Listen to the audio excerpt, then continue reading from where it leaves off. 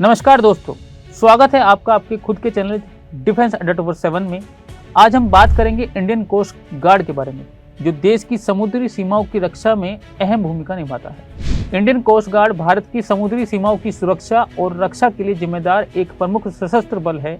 इसकी स्थापना 18 अगस्त 1978 को संसद द्वारा तटरक्षक अधिनियम 1978 के अंतर्गत की गई थी।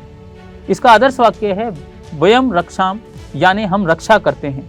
वर्तमान में इस बल की कमान महानिदेशक अनुराग गोपालन थपालियन के हाथ में है। बात करते हैं आईसीजी के इतिहास के बारे में। भारतीय तटरक्षक बल की शुरुआत 1 फरवरी 1977 को हुई थी, जब समुद्र में भारत के राष्ट्रीय क्षेत्राधिकार के भीतर राष्ट्रीय विधियों को लागू करने और जीवन एवं संपत्ति की सुरक्षा सुनिश्चित करने के लिए एक नई सेवा की आवश्यकता महसूस की गई। इस योजना को मूर्त रूप देने के लिए सितंबर 1974 में श्री के.एफ. रुस्तम जी की अध्यक्षता में एक समिति का गठन किया गया, जिसने तटरक्षक सेवा की स्थापना की सिफारिश की। 25 अगस्त 1976 को भारत का समुद्री क्षेत्र अधिनियम पारित हुआ, जिसके तहत भारत ने 2.01 लाख वर्ग किलोमीटर समुद्री क्षेत्र का दावा किया। इसके बाद 1 फरवरी 1977 से एक अंतरिम तटरक्षक संगठन का गठन किया गया। 18 अगस्त 1978 को तटरक्षक अधिनियम के तहत भारतीय तटरक्षक बल का औपचारिक उद्घाटन किया गया। आज यह विश्व का चौथा सबसे बड़ा तटरक्षक बल है। संगठन और संरचना।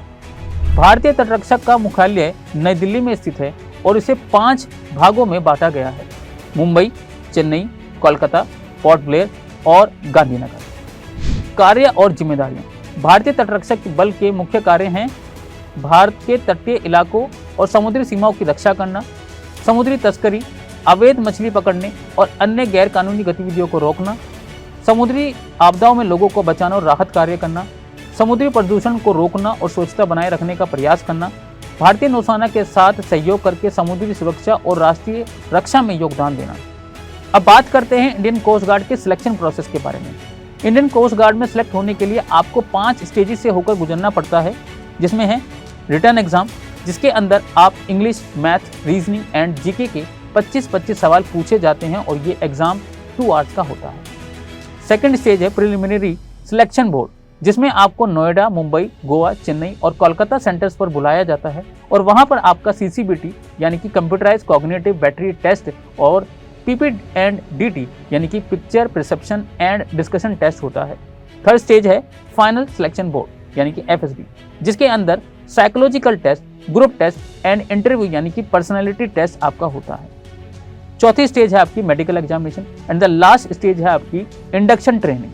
और इन सभी प्रोसेस के होने के बाद लास्ट में एक फाइनल लिस्ट निकलती है, जहां पे आपका सिलेक्शन हो जाता है। तो भारतीय तटरक्षक बल की भूमिका समुद्री सुरक्षा के क्षेत्र में अत्यंत महत्वपूर्ण है और यह देश की सुरक्षा में एक महत्वपूर्ण स्तंभ के रूप में कार्य करता है।